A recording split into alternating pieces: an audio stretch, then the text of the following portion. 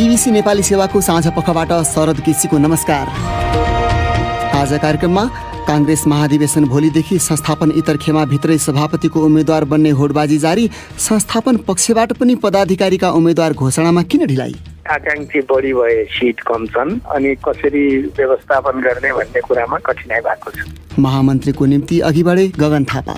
आज कांग्रेसलाई एउटा नयाँ संकल्प चाहिएको छ, नयाँ कार्यक्रम चाहिएको छ र मैले त्यस कारणले गर्दा महामन्त्रीको रूपमा सम्बन्ध नेपाल सम्मानित नेपालीको एउटा कार्यक्रम प्रस्तुत गरेको छु। अर्का नेता विश्वप्रकाश शर्मा चाहिँ के गर्छन्? मैले त सबभन्दा अगाडि भदौ 24 गते घोषणा गरेको सुन्दरी जलको जेलमा गएर डिभिजनमा जयन्तीका दिन हैन। भनेपछि तपाईँ महामन्त्रीमा अडिगै हुनुहुन्छ? बिल्कुल। र WHO द्वारा कोरोना भाइरसको नयाँ भेरिएन्ट फैलिरहँदा धनी देशहरूमै खोप केन्द्रित हुने चिन्ता प्रकट।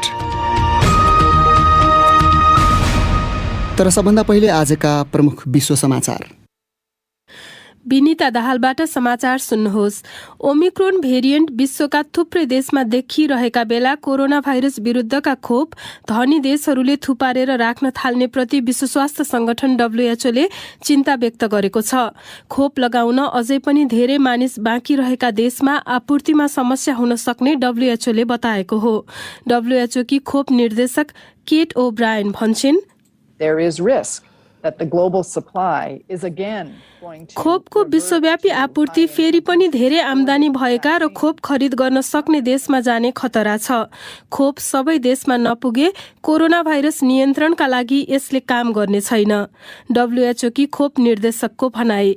विश्व स्वास्थ्य संगठनले बुस्टर खोपमा भन्दा पहिला वा दोस्रो मात्रा खोप लगाउने मानिसलाई प्राथमिकतामा राखिनु पर्नेमा जोड दिएको छ।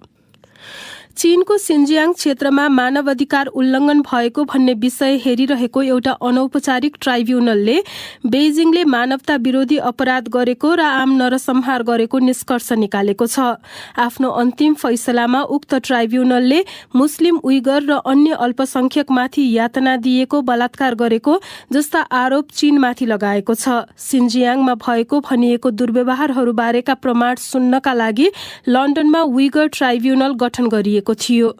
कानूनी रूपमा उक्त ट्राइब्युनलको निष्कर्ष बाध्यकारी नभए पनि आयोजकहरूले उक्त फैसलालाई देशहरू र कम्पनीहरूले चीनसँगको सम्बन्धबारे सूचित गर्दा प्रयोग गर्ने आशा व्यक्त गरेका छन्।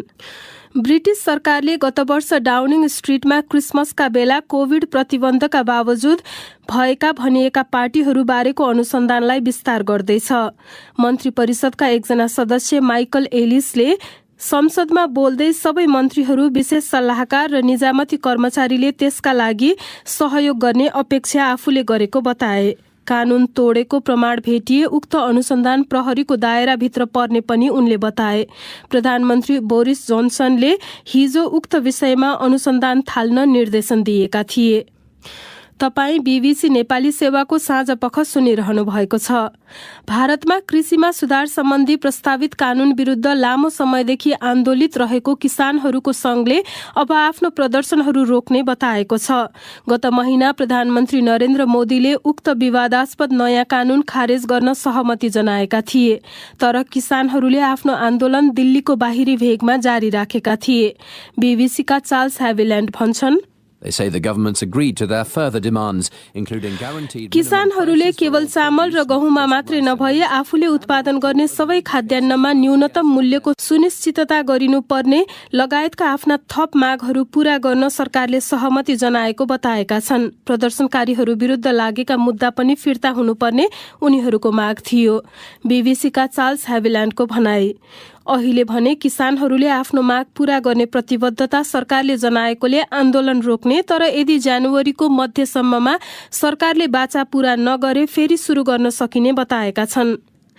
भारतकै अर्को प्रसंगमा पूर्वपक्षको सुनवाई बिना नै 3 वर्षभन्दा बढी समय जेलमा राखिएकी एकजना अभियानकर्मी वकिल कडा शर्तहरू सहित धरौटीमा रिहा भएकी छन्। 60 वर्षीय सुधा भारद्वाजलाई मुम्बई नछोड्न, सञ्चार माध्यम वा अन्य अभियोग लागेका अभियानकर्मीसँग नबोल्न भनिएको छ।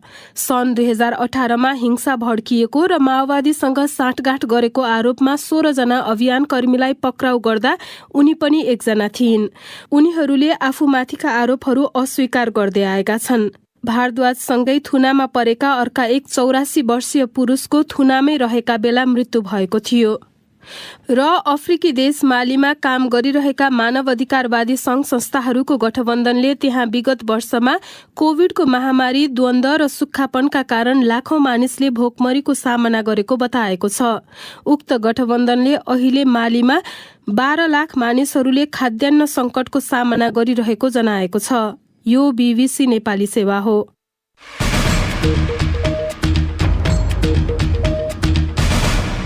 साँझपखमा तपाईलाई स्वागत छ। भोलिदेखि सुरु हुने नेपाली कांग्रेसको महाधिवेशनमा सभापति पदमा शेरबहादुर देउवालाई चुनौती दिन इतर खेमाबाट एकजनाले उम्मेदवारी दिने भनिए पनि उक्त खेमाभित्र सहमति जुट्न सकेको छैन। सभापतिमा शेरबहादुर देउवा नै लड्ने बताइरहेको संस्थापन पक्षले पनि पदाधिकारी र सदस्यका उम्मेदवारहरू घोषणा गर्न बाँकी नै छ। महामन्त्रीमा एकजना चर्चित नेता गगन थापाले उम्मेदवारी घोषणा गरेका छन्। प्रस्तुत छ एक रिपोर्ट।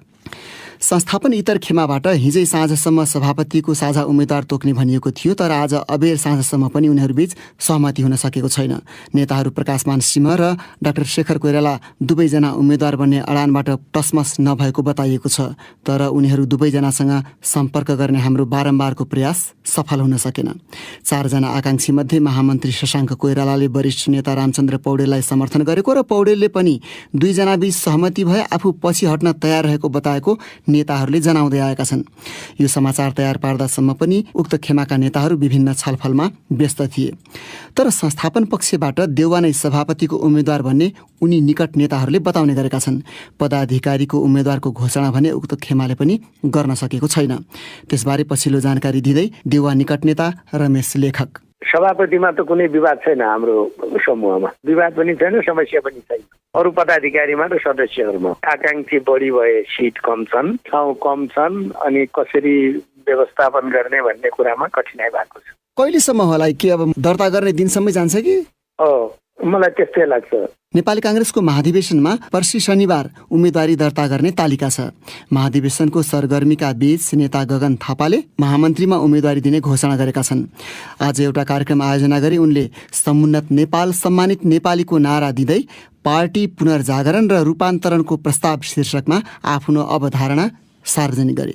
आज कांग्रेसलाई एउटा नयाँ सपना चाहिएको छ, नयाँ संकल्प चाहिएको छ, नयाँ कार्यक्रम चाहिएको छ र मैले त्यस कारणले गर्दा महामन्त्रीको रूपमा समुन्नत नेपाल सम्मानित नेपालीको एउटा कार्यक्रम प्रस्तुत गरेको छु। यो कार्यक्रम महामन्त्रीको रूपमा म नेपाली कांग्रेसमा प्रस्तावित गर्छु, किनकि कांग्रेसको महामन्त्री भनेको कांग्रेसको राजनीतिक लाइन, कांग्रेसको राजनीतिक कार्यदिशाको प्रस्तावक पनि हो। उनको प्रस्तावको शीर्षक प्रधानमन्त्री हुँदा केपी शर्मा ओलीले अघि सारेको नारासँग मिल्दो सुनिन्छ, तर नेता थापाले ओली र आफ्नो प्रस्तावको अन्तर्यमा निकै भिन्नता रहेको बताए। थापाले आफ्नो प्रस्तावलाई आफ्ना पूर्वज नेताहरूको नारासँग जोड्दै भने 2006 सालमा कांग्रेसको मिसन के थियो? बीपीले सानो पर्चामा लेख्नु, हाम्रो ध्येय नेपालमा जनताको शासन स्थापित गर्ने। 2046 सालमा सर्वोच्च नेता गणेश मानले भन्नुभयो, हाम्रो मिसन पञ्चायतलाई फ्याँक्ने, जनताको शासन पुनर्स्थापित गर्ने। 60 सालमा शिखर पुरुष गिरिजाप्रसादले भन्नुभयो, हाम्रो ध्येय हिंसाको हालबाट नेपाललाई बाहिर निकाल्ने। 78 सालपछि कांग्रेसले भन्छ, हाम्रो ध्येय नेपाललाई समुन्नत बनाउने, प्रत्येक नेपालीलाई सम्मानित बनाउने। थापासँगै धेरैलाई चासो पार्टी प्रवक्ता रहेका अर्का नेता विश्वप्रकाश शर्माको उम्मेदवारीप्रति पनि पाइन्छ। भोलिदेखि हुने महाधिवेशनको अन्तिम तयारीको व्यस्तताका बीच छोटो प्रतिक्रिया दिँदै उनले बीबीसीसँग भने, मैले त सबभन्दा अगाडि घोषणा गरेँ, भदौ 24 गते घोषणा गरेँ। सुन्दरी जलमा जेलमा गएर दिदी जन्म जयन्तीका दिन होइन, असोज 3मा गएर झापामा राजनीतिक अवधारणा पत्र, फेरि चितवन गएर फेरि दलमा रूपान्तरण। तर तपाईँलाई पार्टी सभापतिले तपाईँ महामन्त्री होइन सहमहामन्त्रीमा उठ्नुहोस् भनेर भनेको कुरा आयो नि? त्यो चाहिँ एउटा अनलाइनले हिजो लेखेको मात्रै हो होइन। उहाँले अहिलेसम्म अरू कुनै पदको यो त्यो निर्णय भनिसकेको अवस्था पनि होइन, मलाई त्यो भनेको अवस्था पनि होइन। त्यसमा पनि पार्टीको प्रवक्ता भइसकेको मान्छे म एउटा चाहिँ आरक्षणको सिटमा जाने कुरो पनि आउँदैन होइन। सहमहामन्त्रीको पदहरू छँदा पनि छैन। भनेपछि तपाईँ महामन्त्रीमा अडिगै हुनुहुन्छ? बिल्कुल। उनी थिए नेपाली कांग्रेसका प्रवक्ता विश्वप्रकाश शर्मा। अब अर्को विषय। बालबालिका सम्बन्धी राष्ट्रसङ्घीय निकाय युनिसेफले नेपाल लगायत दक्षिण एसियाली देशका सरकारहरूलाई कोभिड महामारी तथा अन्य विपद बेहोरिरहेका 10 लाख बालबालिका र तिनका परिवारका निम्ति तत्काल आधारभूत स्वास्थ्य, शिक्षा र सुरक्षात्मक सेवाहरूमा लगानी विस्तार गर्न आह्वान गरेको छ। महामारीले यस क्षेत्रमा 60 करोड बालबालिकाहरूमा अत्यन्तै ज्यादा प्रभाव पारेको उसको भनाइ छ। महत्त्वपूर्ण स्वास्थ्य उपचार, नियमित खोप कार्यक्रम, पोषण तथा शैक्षिक गतिविधिमा परेको असरलाई नउल्ट्याउने हो भने महामारीले दशकौँसम्म यस क्षेत्रका बालबालिका पिरोलिने युनिसेफको चेतावनी छ। युनिसेफका क्षेत्रीय निर्देशक जर्ज लारिया अर्जेले अहिले नै कदम चालिएमा भने दक्षिण एसियाका प्रत्येक बालबालिकाको प्रगतिको यात्रा पुनः थाल्न सकिने बताएका छन्।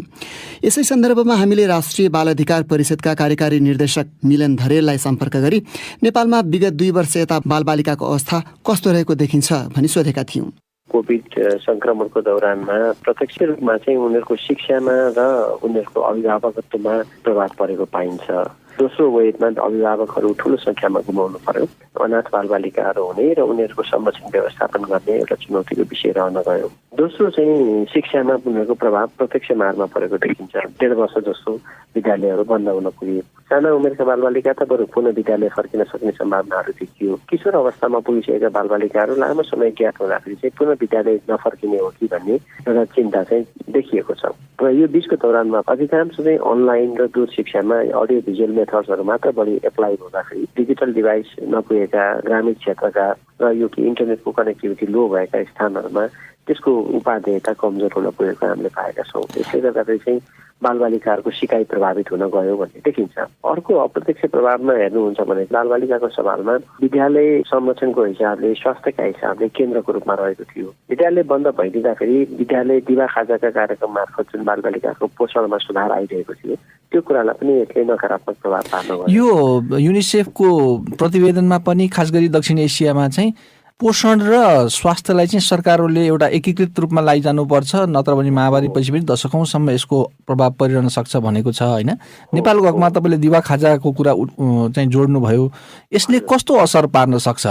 परिवारमा लकडाउनको कारण आर्थिक सङ्कट पैदा भयो, रोजगारी गुमेको अवस्था भयो। त्यसले गर्दा परिवारको आय आर्जन कम हुने बित्तिकै परिवारको खाद्य भण्डारमा त्यसले प्रभावित पार्ने भयो र बालबालिकालाई त्यसको पहुँचबाट टाढा पुर्याउने भयो। अर्कोतर्फ सरकारले इनिसिएट गरेको विद्यालय दिवा खाजा कार्यक्रम पनि स्कुल बन्द भएपछि सञ्चालनमा हुन सकेनन्, जसले गर्दाखेरि बालबालिकाले अल्टरनेटिभ रूपमा पाउने थप पोषणका सुविधाहरू चाहिँ नपाउने अवस्था हुँदा उनीहरूको पोषण युक्त जीवनलाई चाहिँ नकारात्मक प्रभाव पार्न सक्ने देखिन्छ। हाम्रो कुपोषणको अवस्था कस्तो छ अहिले र कस्तो होला अब यस्तो? पछिल्लो समय त हामीले एकदमै सुधार गरेका थियौँ। उमेर अनुरूपको तौल उचाइ कम हुने बालबालिकाहरूको संख्या निकै घटेको थियो। समग्रतामा कुपोषणबाट प्रभावित बालबालिकाहरू 1/4 भन्दा कम पुगिसकेका थियो होइन।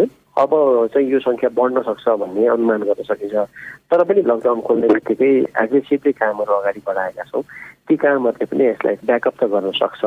तर अब स्थानीय सरकारहरूको प्राथमिकता यो विषय चाहिँ पर्नुपर्छ। यो क्षेत्रमै पनि अतिरिक्त बाल मृत्यु भएको यो समयमा भन्ने कुरा उल्लेख छ। नेपालको हकमा त्यस्तो तपाईँहरूले केही पाउनुभयो? धेरै कम छ। बालबालिकाको मृत्यु कोभिडको संक्रमणका कारण चाहिँ एकदमै कम भयो। तर कोभिडको संक्रमण अथवा कोभिडको महामारीका कारण अरू चिजमा व्यवस्था हुँदाखेरि हुने त्यो टेन्डेन्सी चाहिँ त्यस्तो स्ट्रङ चाहिँ देखिया छैन नेपालको केसमा।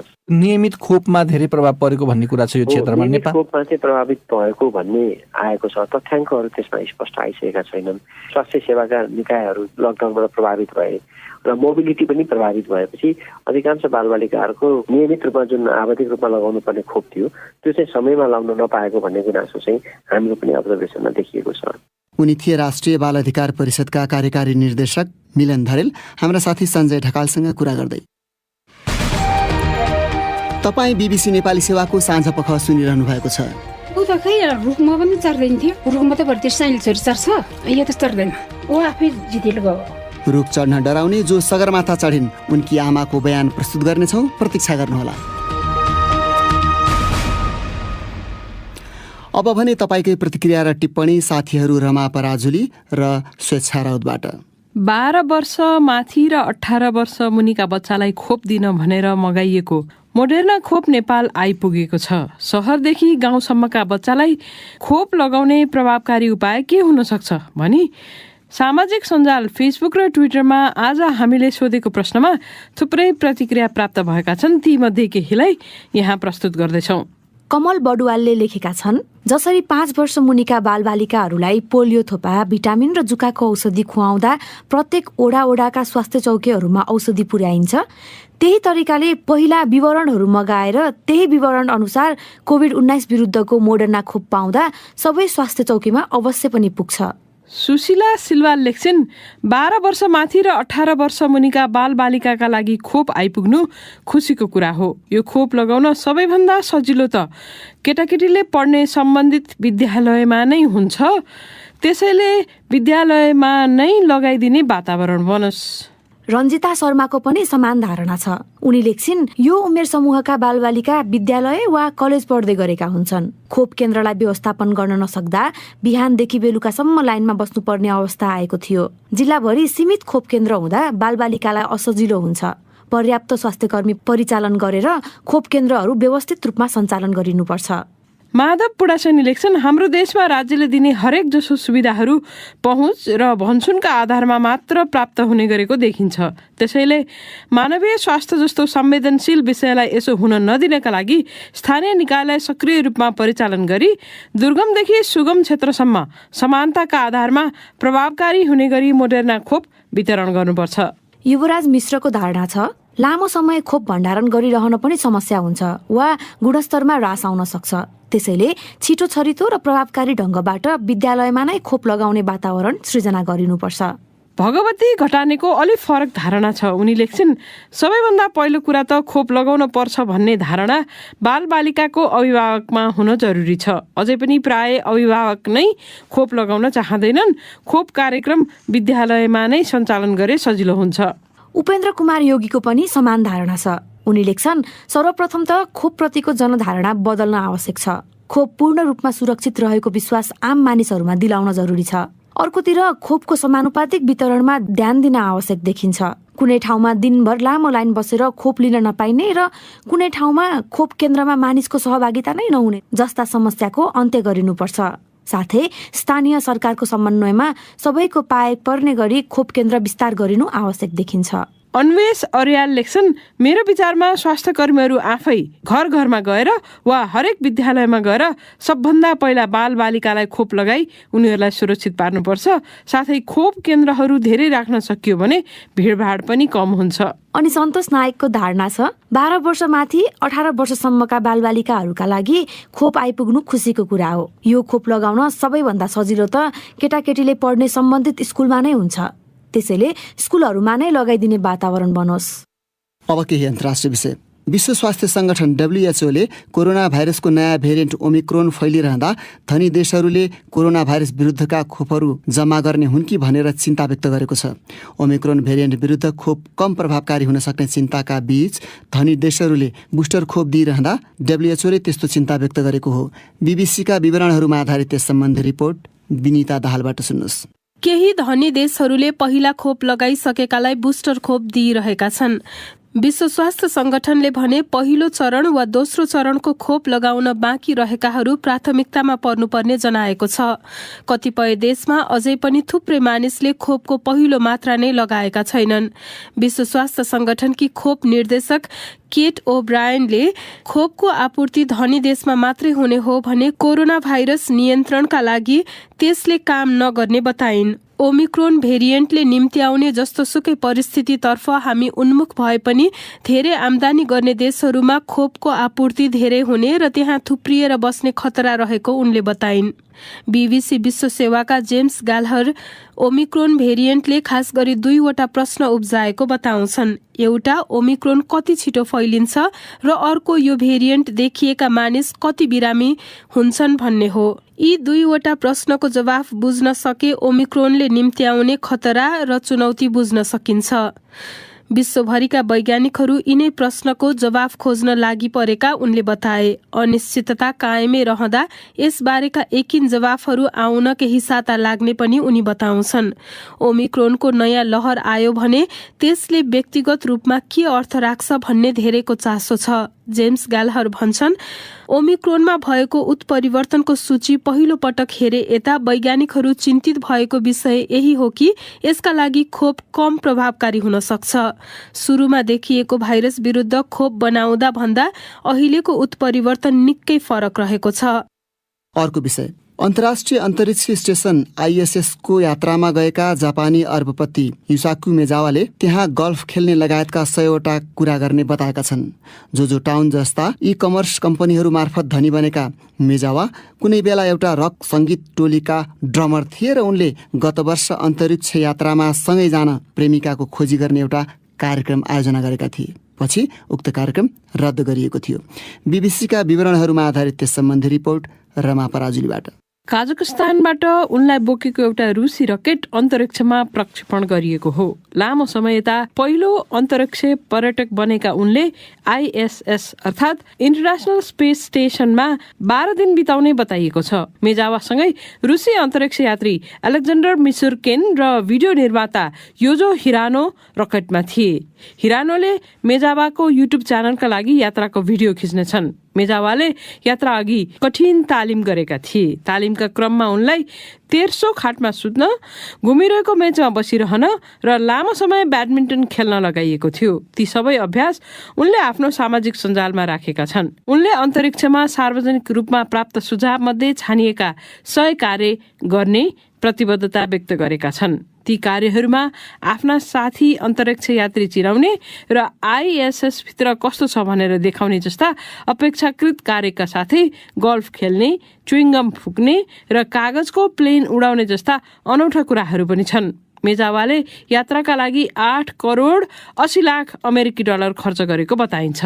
हालैका दिनमा अमेरिकी अर्बपति जेफ बेजोस र ब्रिटिश रिचर्ड ब्रान्सन पनि आफ्नो निजी कम्पनीको रकेटमा अन्तरिक्ष यात्रामा गएका थिए। मेजावा जापानका सबैभन्दा धनी व्यक्तिको सूचीमा 30औं स्थानमा छन् र उनीसँग झण्डै 2 खर्ब अमेरिकी डलर बराबर सम्पत्ति रहेको बताइन्छ।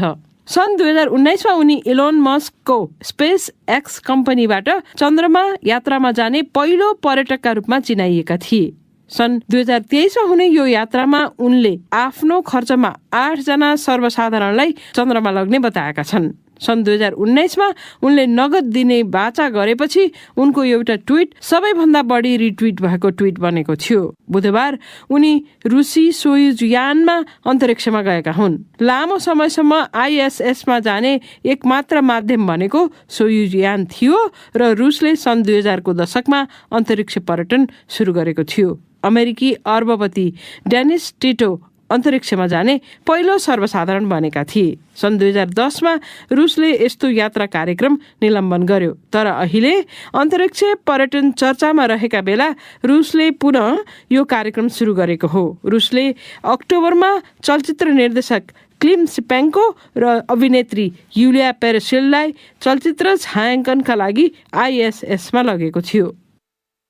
अब नेपालकै प्रसङ्गहरू। अग्ला अग्ला डाँडामा पुगेर नजिकैबाट हिमालका मोहक दृश्यहरू हेरेर जो कोही थाक्दैनन्।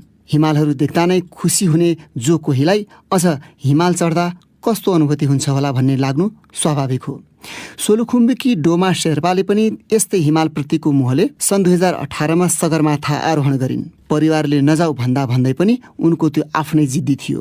तर आरोहण अवधिभर परिवारमा पीडा र त्रास भइरहेको उनकी आमा माया शेर्पा बताउँछिन्। प्रस्तुत छ सोलुखुम्बुबाट हाम्री संवाददाता सुजाता तामाङले पठाएको एक रिपोर्ट। रुख चढ्न नजाने डोमाले सगरमाथा चढ्ला भन्ने उनको आमा माया शेर्पाले कहिले सोचेकी थिएनन्। गाउँको परिवेशमा हुर्केकी डोमा घाँस दाउरा जाँदा समेत कहिले रुख चढ्दैनथिन्। बहिनीहरू रुख चढ्दा समेत डर मान्ने डोमाले सन् 2018 मा सगरमाथा चढिन्। उनकी आमा माया शेर्पा भन्छिन्, दाउरा ल्याउने पत्कर सोर्ने ऊ त खै रुखमा पनि चढ्दैन थियो। रुखमा त भर्ती साइल छोरी चढ्छ, यो त चढ्दैन। सोलु दुधकुण्ड नगरपालिका 3 सालाबेसीका डोमा शेर्पाले पहिलो महिला शेर्पा पत्रकारको रूपमा सगरमाथाको आरोहण गरेकी हुन्। पाइनर एडभेन्चर कम्पनी मार्फत आवाज विहीनहरूको आवाज लिएर चुचुरोमा पुगेकी डोमालाई परिवारले भने सगरमाथा आरोहणमा नजान भनेका थिए। तर आफ्नै जिद्दीले उनी आरोहणमा गएकी उनकी आमा माया शेर्पा बताउँछिन्। ऊ आफै जिद्दीले गयो, अब कहिले चढेको छैन नि। हिउँमा बिरमा जान्छ, अब नाच भन्दै ऊ त मान्दैन अनि ऊ चाहिँ जान्छ। एकातिर खर्च जुटाउन र अर्कोतिर हिमालमा भइरहने प्राकृतिक विपदको जोखिमका कारण डोमाकी आमाले 6 महिनासम्म राम्ररी निन्द्रा समेत पाइनन्। आरोहणका बेला भगवान जप्दै रात काटेको स्मरण गर्दै फेरि आरोहणमा नजान छोरीलाई सुझाएको माया शेर्पा बताउँछिन्। दुप्ता बिहान बेलुका बहुत गुम्बम बाले सफलता पनि होस् भनेको। फेरि हाम्रो अब उसको लागि चाहिँ टिन्टो गरी बाल्नु पऱ्यो नि। पहिले पो एउटा दुईटा पऱ्यो चरेन भन्दा अब त शेर्पा थुप्रै चरिसक्यो। आज एकचोटि जान्छु भन्दा अब त नजाऊ भनेको। अनि पहिले त धेरै चरे, पहिले चर्नेहरूको चाहिँ नाम कमायो, अहिले त नाम त कमाउँदैन। पर्वतारोहणमा पुरुषको तुलनामा महिलाको सहभागिता न्यून रहे पनि पछिल्ला केही वर्ष यता उनीहरूको चासो र सहभागिता भने बढ्दै गइरहेको नेपाल पर्वतारोहण संघले जनाएको छ। तर जोखिम, व्यावहारिक असहजता र खुकुलो वातावरण नहुँदा पेसाकै रूपमा भन्दा पनि रहरले आरोहण गर्नुपर्ने बाध्यता रहेको महिलाहरू बताउँछन्। सुजाता तामाङ, BBC सोलुखुम्बु। अन्तिम प्रसङ्ग, अन्तर्राष्ट्रिय पदक जित्न र खेल पर्यटन बढाउन सक्ने खेलको रूपमा रहेको हाई अल्टिच्युड साइक्लिङ प्रतियोगिता नेपालमा लामो समयपछि बिउतिएको देखिएको छ। कोरोना भाइरस महामारीपछि यसै हप्ता पहिलो पटक भएको प्रतियोगितामा 13औं दक्षिण एसियाली खेलकुदका विजेताहरूले प्रतिस्पर्धा गरे, जसलाई उनीहरूले अन्तर्राष्ट्रिय खेलको तयारी भनेका छन्। थप विवरण हाम्रा खेल संवाददाता निरञ्जन राजवंशीले तयार पारेको यो रिपोर्टमा सुन्नुहोस्।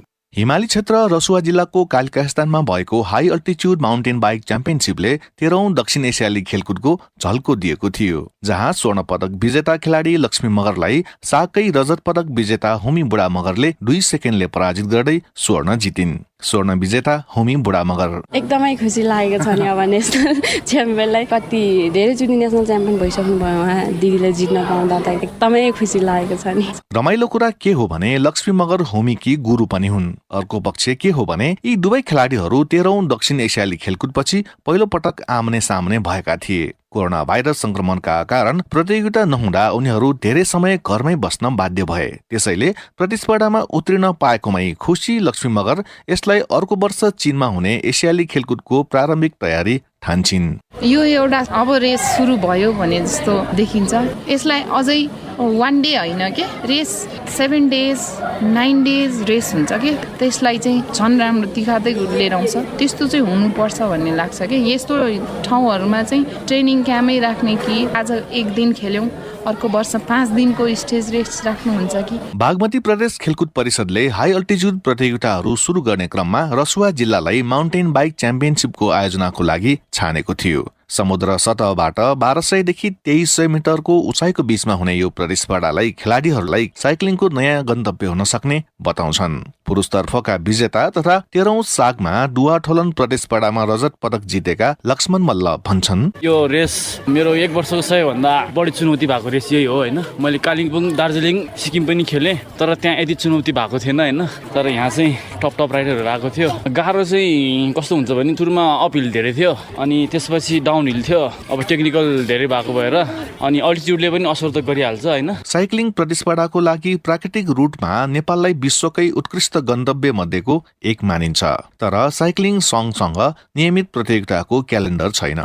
महँगो खेल सामग्री र आयोजना गर्न कठिन हुने भएकोले साइक्लिङ आयोजना सीमित मात्रामा हुने गरेको देखिन्छ।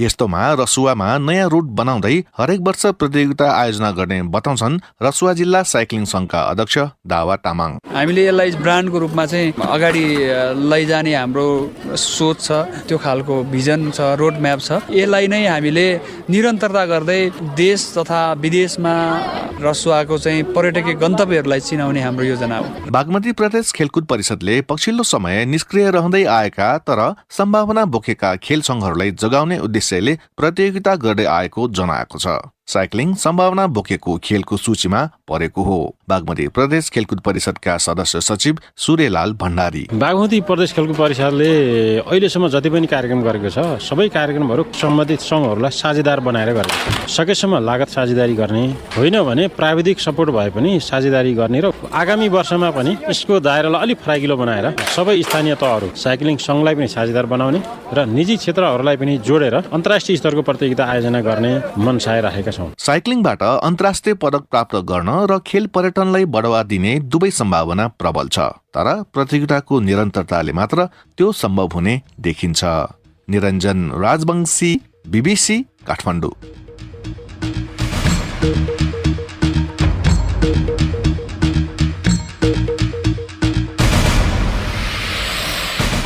हवस् त यसका साथै BBC नेपाली सेवाको साँझ पख यहीँ सकिन्छ। अब हामी भोलि बिहान 7:15 बजे बिहानी पख लिएर आउनेछौँ। त्यस बेलासम्मका लागि हामी सबैलाई बिदा दिनुहोस्। नमस्कार।